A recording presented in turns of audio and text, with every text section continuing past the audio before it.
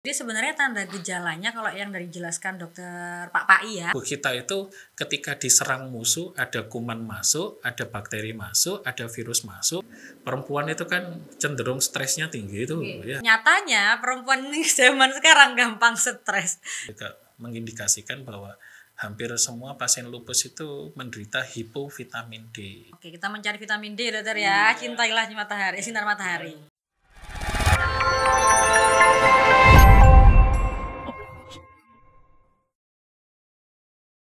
Assalamualaikum warahmatullahi wabarakatuh. Selamat datang di podcast Sapa Sehat Rumah Sakit Umum Universitas Muhammadiyah Malang. Kembali lagi dengan saya Kiki sebagai host pada episode kali ini.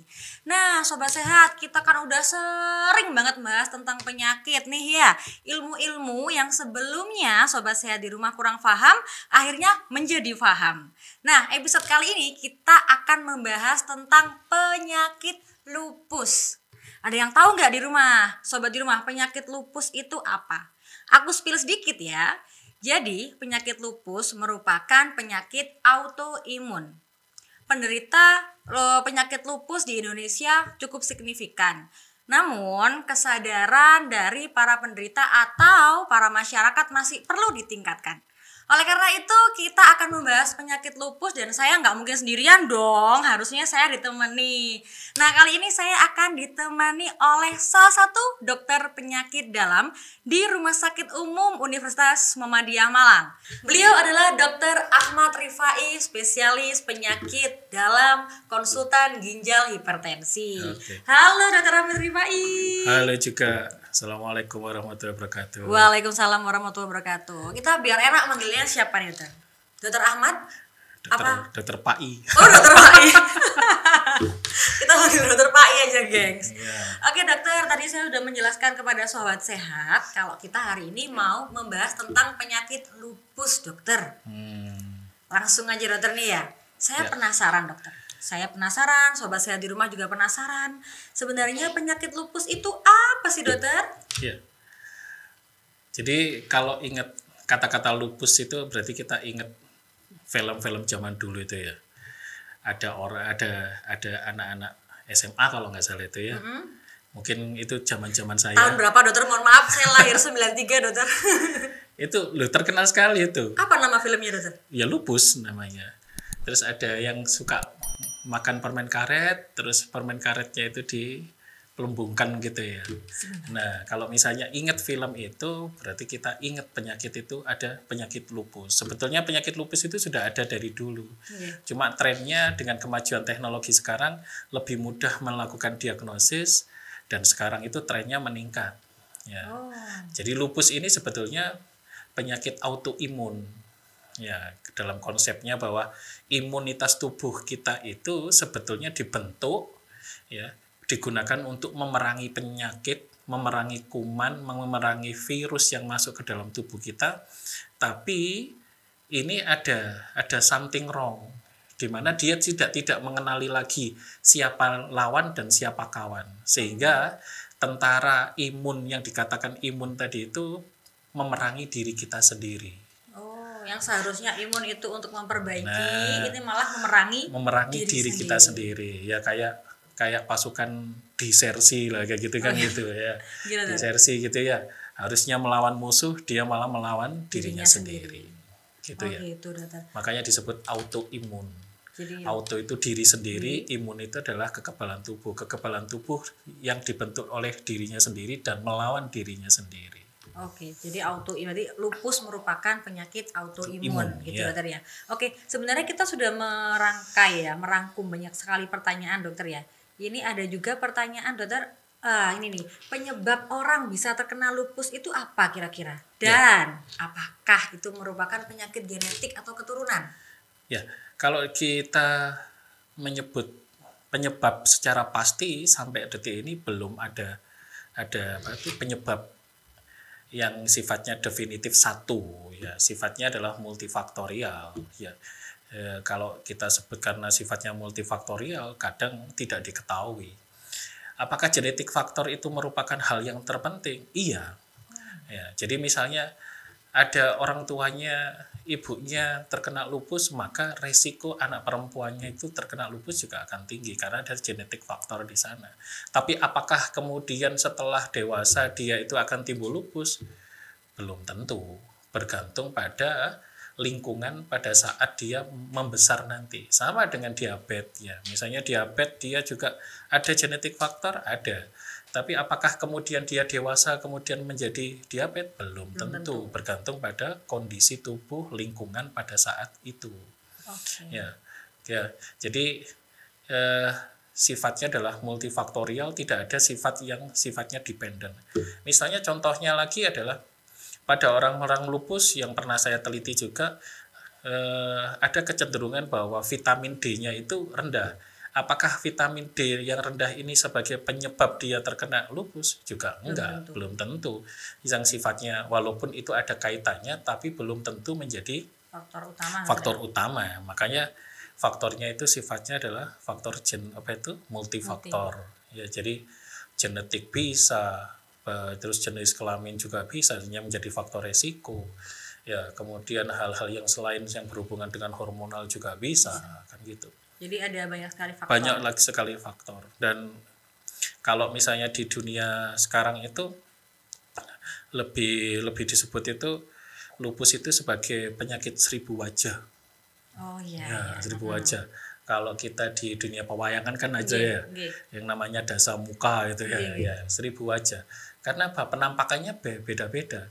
Ya, tergantung pada sisi imun yang dimana yang dia itu potensi yang terkena, terserang. Bisa lupus wajah, jadi mukanya itu yang ruam seperti butterfly gitu ya. Kalau kena sinar matahari tambah merah, tambah merona kan gitu. Kalau sekarang orang pakai blush on. Kalau zaman sekarang malah itu lagi hits dokter ya, di merah-merahin gitu ya. Tapi kalau orang kena lupus malah bukan blush on, itu malah kelihatan sakit kan gitu.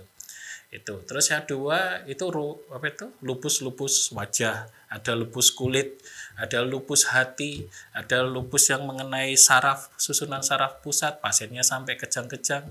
Terus yang berhubungan dengan dunia saya, ginjal gitu ya, perginjalan gitu ya.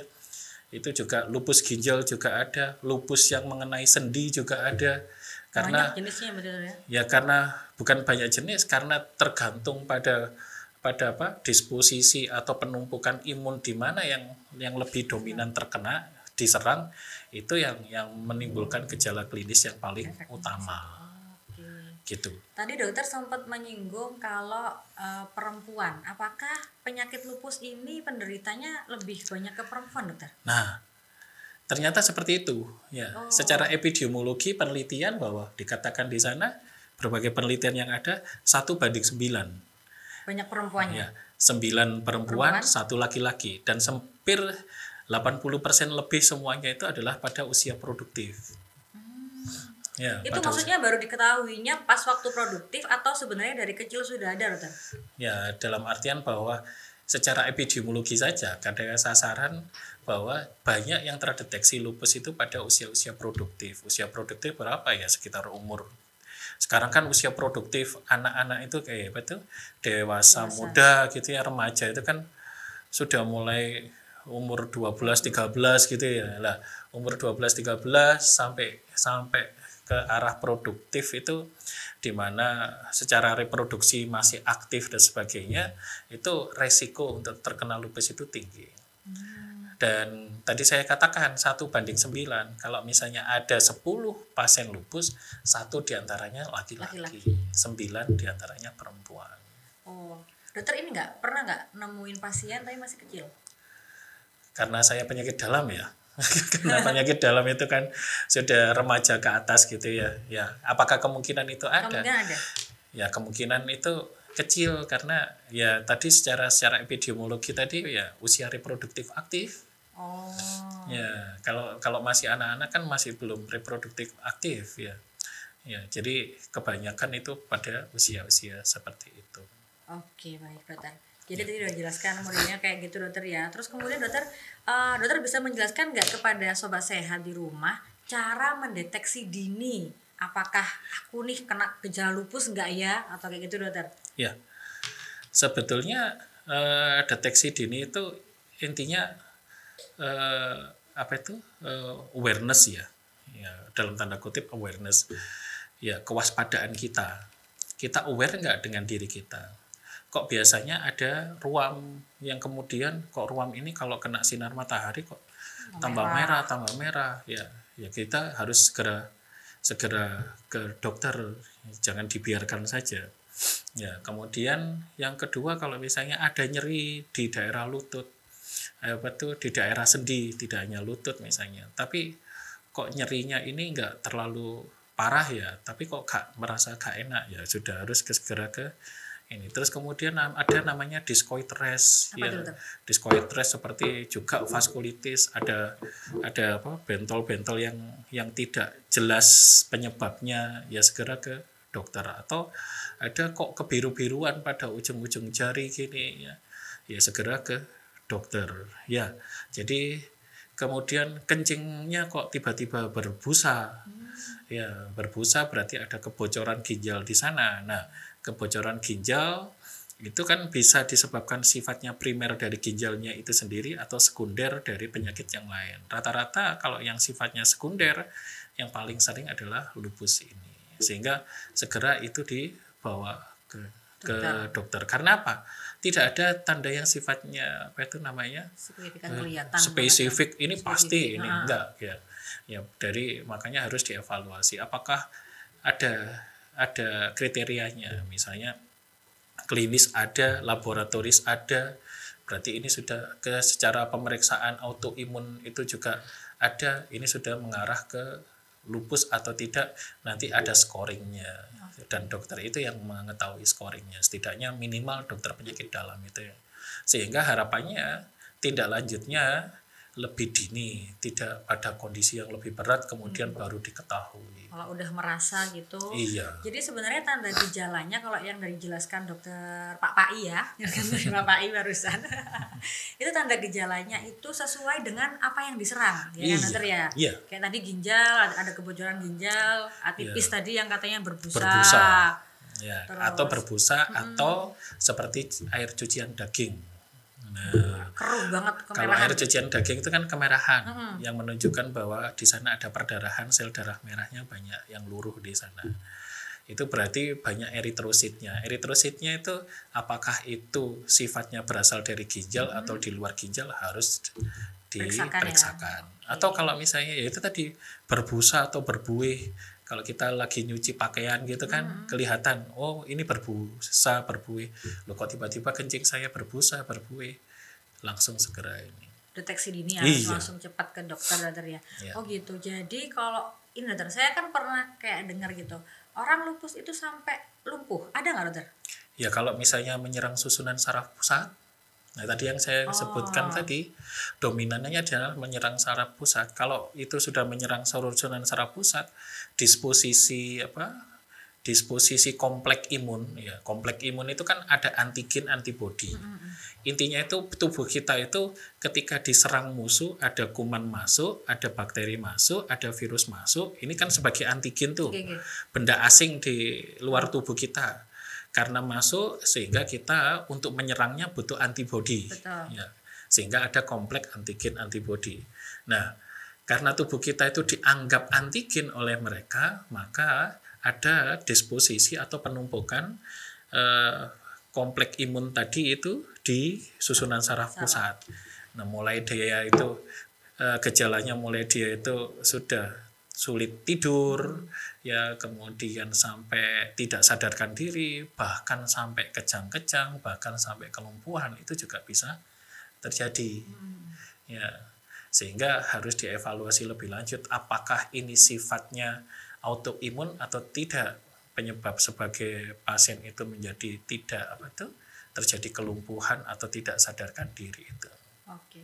Untuk prognosa terburuknya dokter, kalau untuk pasien lupus nih, apalagi di usianya yang usia reproduktif tadi yang jangan jelaskan itu dokter. Ya. Prognosisnya sebetulnya kalau sekarang dunia kedokteran kan sekarang sudah maju. Baik itu untuk tindakan diagnostik maupun tindakan terapeutik ya, terapi. Dan tingkat kan konsepnya karena ini adalah autoimun, maka terapinya adalah imunnya itu ditekan. Oh, Ya, pakai imunosupresan ya gitu. berarti kan ditekan pakai obat-obatan imunosupresan.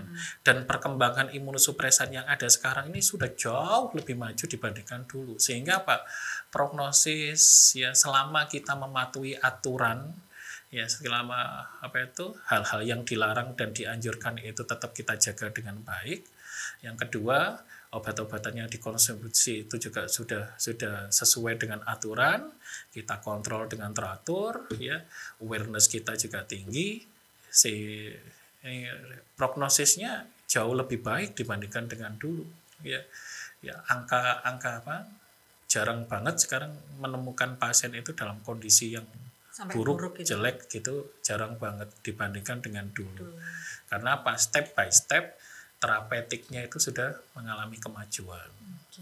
Ya. Kemudian kira-kira pasien dengan lupus itu kira-kira bisa sembuh nggak, dokter? Sembuh yang dikatakan remisi total beberapa ada, namanya remisi total. Ada remisi yang sifatnya parsial, ada yang sifatnya unresponsif juga. Ya, sekarang dengan dunia tadi yang sudah saya katakan bahwa dunia kedokteran ini semakin maju, kemudian terapeutik solusinya itu juga semakin baik, ya.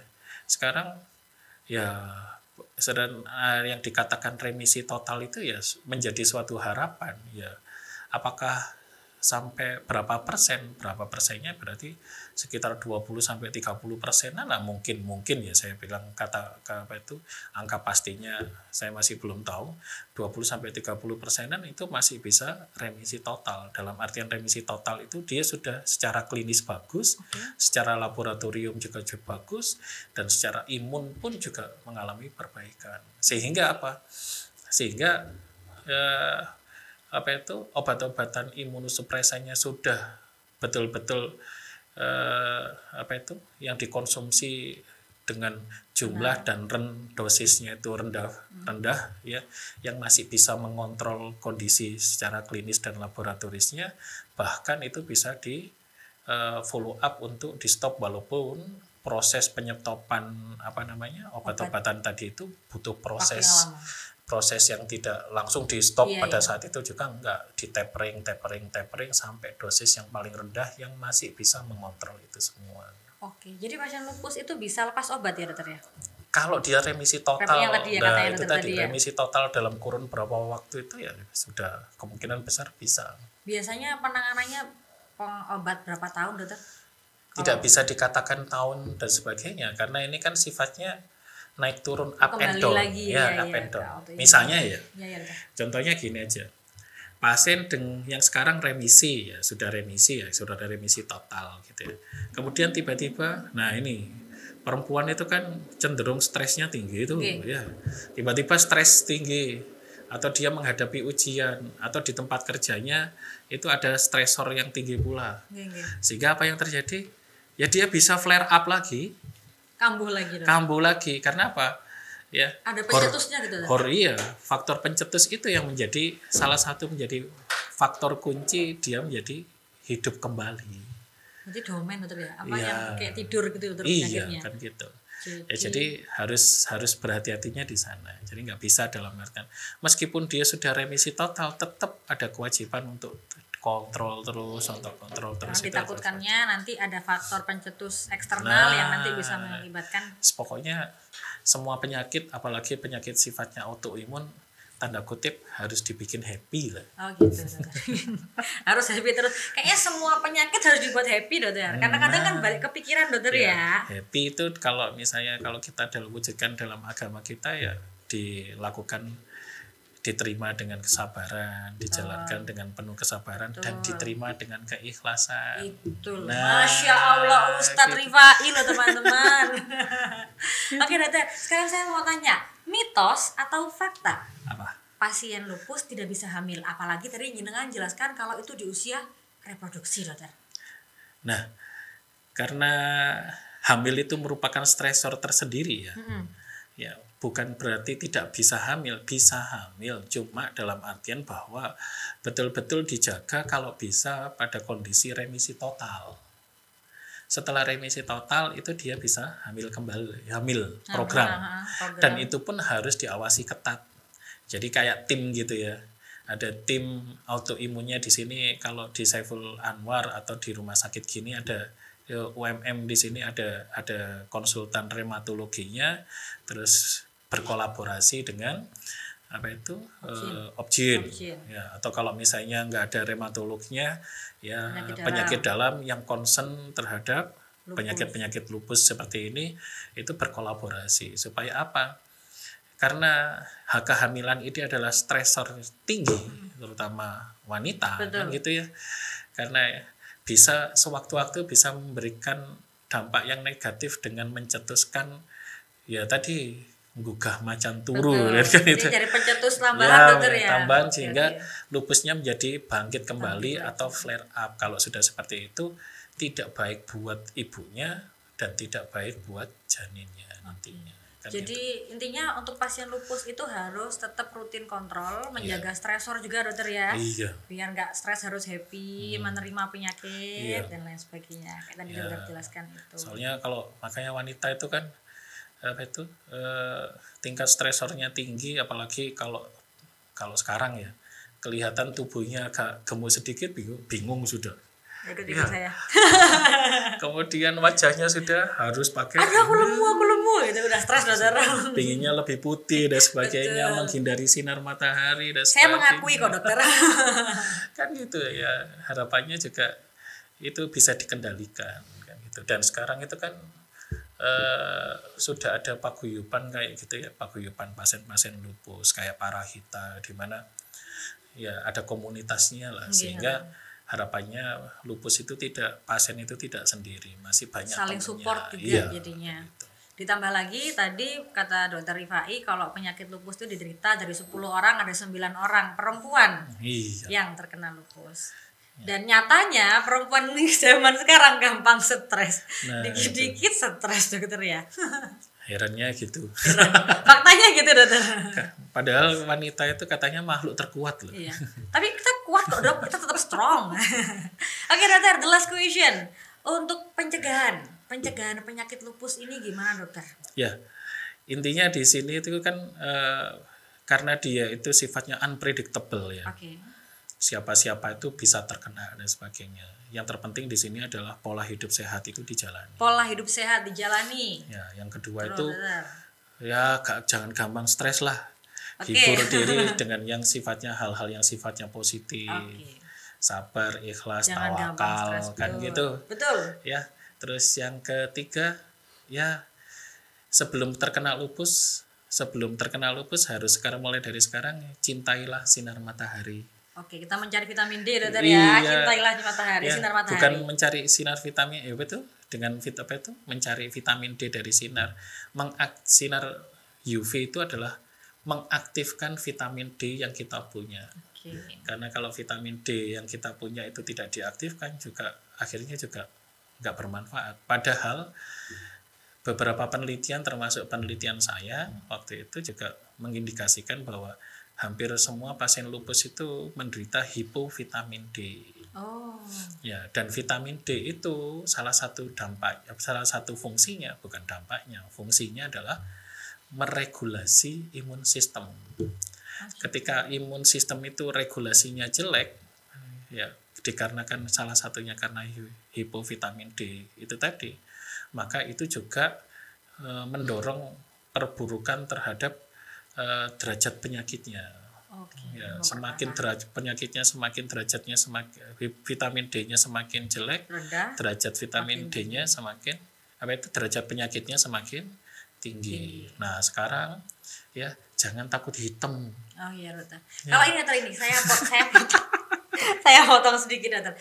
Kan sekarang kita sedang mengalami dampak global warming juga dokter ya. Iya. Sedikit saya tanya, waktu yang bagus nih untuk kita berjemur dokter, itu kapan dokter? Ya antara jam 9 sampai jam 10 itu. Cukup 10-15 menit dengan pakaian yang tidak tebal, tidak warnanya tidak menolak panas gitu ya, menyerap panas. Itu cukup itu ya. Ya bayangkan ya, orang-orang di luar sana pada nyari Malah pengen sinar tanning, matahari dokter. gitu ya. Malah pengen tanning Kita kan ya. yang di sini bingung Delik, sendiri. dokter. Delik. Delik. Ya, makanya secara imunitas tubuh wanita kita akhirnya lebih rentan mungkin. Oke. Dan ada beberapa penelitian dari 10 orang wanita yang dicek vitamin D-nya, ya mungkin 1:9 yang vitamin D-nya itu dalam batas normal. Ya sekarang ini orang Indonesia loh ya. Orang Indonesia nggak tahu ini ya. Ini tren-tren yang baik atau tren yang buruk kalau seperti ini tentunya. Kan padahal kita tahu fungsi vitamin D itu adalah digunakan untuk meregulasi imun. Contohnya ini aja. Contoh simpelnya itu sempat marak pada saat kita kena badai COVID kemarin. Wah, penggunaan vitamin D ugal-ugalan itu. Tujuannya apa? Karena vitamin D ini adalah regulator imun. Nah, kan ya, supaya kita tidak gampang sakit dan sebagainya, ya salah satu ya dijaga vitamin D kita. Kalau vitamin D kita sudah dijaga, jangan lupa diaktifkan. Diaktifkan dengan apa? Sinar. Berjemur. Jangan lupa berjemur. Jam 7 masuk kantor, jam 4 sore, jam 5 sore keluar dari kantor, dari ruangan. Ya, ruangannya tertutup, ber-AC, tidak ada sinar matahari. Kena sinar matahari dikit sudah pakai payung. Ya. Makin males aja vitamin D-nya buat keluar. Ya, kalau seperti itu saya cuma bilang, halo wanita-wanita. Oke, Rata. Banyak penyakit autoimun sekarang. Betul. Saya jadi merasa ini tersindir sedikit. Jadi untuk sobat di rumah harus menjaga lifestyle-nya, dijaga, terus jangan lupa. Betul. Apalagi nih, Dad? Lifestyle, makanan-makanan back to nature. Makan godong, Dokter. Back to nature. Ya, tentunya yang namanya sekarang itu kan fast food banyak banget zaman sekarang kan. Boleh makan mie, tapi jangan lupa sayurnya itu. Boleh ya mie sama sayur ya? Sayur boleh, cuma jangan mie tok, terus mie lauk nasi kan gitu kan. Karbo lauk karbo Dokter. Ya, apalagi level-levelan gitu. Waduh, ya tolong ya dijaga. Karena apa? Kondisi penyakit yang sekarang ada, ya misalnya umur 50 terkena penyakit itu dikarenakan apa? Kebiasaan kita 10-20 tahun yang lalu. Oke. Ya. Kebiasaan Anda sekarang itu ya nanti adalah merupakan investasi penyakit Anda di tahun-tahun mendatang. Ingat itu ya. Ingat pasti di rumah. Ya, kebiasaan yang Anda investasikan sekarang itu menentukan kesehatan Anda di 10-20 tahun mendatang. Jadi kalau kebiasaan itu yang tidak sehat Anda lakukan terus pada saat ini, ya kalau misalnya kita tahu semua penyakit itu sumbernya semuanya dari makanan yang tidak sehat. Terutama kaum muda, minta tolong please ya. Sadar diri ya. Sadar diri kita semuanya untuk kepentingan kita semuanya. Pemirsa, semuanya yang di sini sudah dengar semuanya. Itu ada amanah ya dari Dokter Rifai ya, harus diikuti di rumah ya biar kalau misalnya menjaga lifestyle itu yang mencegah bukan cuma lupus aja Dokter, tapi ya, semua penyakit Dokter ya. Iya. Jadi kalau misalnya sekarang saya gagal ginjal, berarti 10-20 tahun yang lalu ada masalah dengan kebiasaan saya. Sekarang saya kena diabetes, berarti 10-20 tahun yang lalu kita bermasalah dengan kebiasaan kita. Di luar genetik ya Dok ya. Kita ke hipertensi, jangan menyalahkan genetik dulu. Oh gitu, oke. Jangan menyalahkan genetik. Karena kasihan orang tua kita kan gitu ya. Disalah-salah. Ini gara-gara orang tua saya, bukan. Karena genetik, faktor lingkungan dan lifestyle kita itu menyebabkan diri kita kena. Misalnya ada 7 orang ini ya, itu suami dan istri punya anak 7 orang. Suami istri itu punya diabetes, tapi belum tentu 7 anaknya ini kena diabetes. 1 anaknya kena diabetes, 6 orang anaknya tidak kena diabetes misalnya. Ya. Ditelusuri lagi, kenapa? Karena mungkin lifestyle-nya 6 orang ini lebih baik daripada yang satu tadi. Ya. Genetik kita punya, tapi belum tentu kita itu manifestasi klinis itu langsung timbul, kan gitu. Ada pencetusnya, Dokter. Iya. Oke. Gitu. Baik, Dokter. Boleh diberikan tips lagi, Dokter? Tips lagi deh kepada sobat sehat di rumah biar diingat-ingat apa, Dokter? Ya, itu tadi saya bilang bahwa investasi lifestyle kalian hari ini itu menentukan apa yang akan Anda derita pada 10-20 tahun yang akan datang, kan gitu. Kalau Anda hidup sehat sampai detik ini, terus itu dijaga supaya apa? 10-20 tahun lagi Anda tetap sehat. Tapi kalau Anda misalnya hari ini kebiasaan dan lifestyle-nya itu tidak bagus, tidak sehat, maka tolong sedini mungkin sebelum itu terjadi semuanya, sebelum hipertensi datang, sebelum asam urat itu datang, sebelum diabetes itu datang, sebelum lupus itu datang, tolong segera dirubah. Oke, dirubah. Kita harus aware kepada diri kita sendiri. Iya. Kalau bukan kita, siapa lagi? Nah. Iya. Baik, Sobat Sehat, nggak terasa podcast kita sudah selesai, sudah mau berakhir nih. Buat teman-teman sekalian, kalau masih ada pertanyaan, bisa tulis di kolom komentar. Jangan lupa like, komen ya, sama subscribe di UMM Hospital. Saya Kiki dan Saya Dr. Rifai. pamit undur diri. Wassalamualaikum warahmatullahi wabarakatuh. Dadah.